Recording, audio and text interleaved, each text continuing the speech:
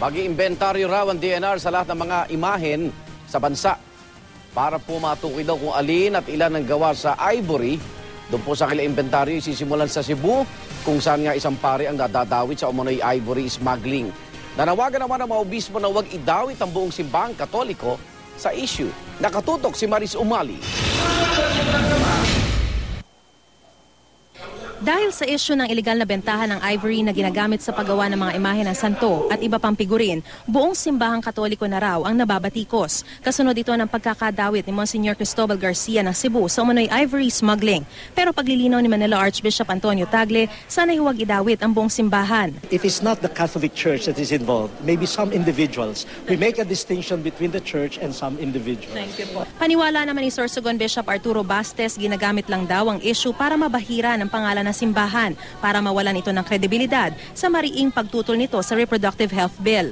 Dapat daw maunawaan ng publiko na tradisyon na talagang pumili ng magagandang materyales sa paggawa ng imahen.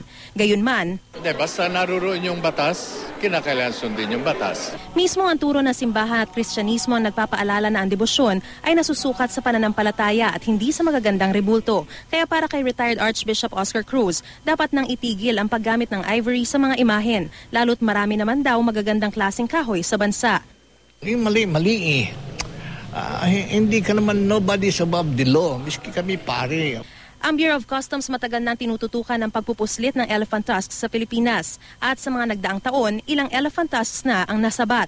Noong 2006, milyong-milyong pisong halaga ng elephant tusks ang nakumpiska mula sa Tayuman, Maynila. Posibleng kabilang daw ito sa mahigit 6,000 kilong elephant tusks na iligal na naipasok sa bansa noong 2005 pero misteryosong nawala bago pa man ma-turn over sa DNR.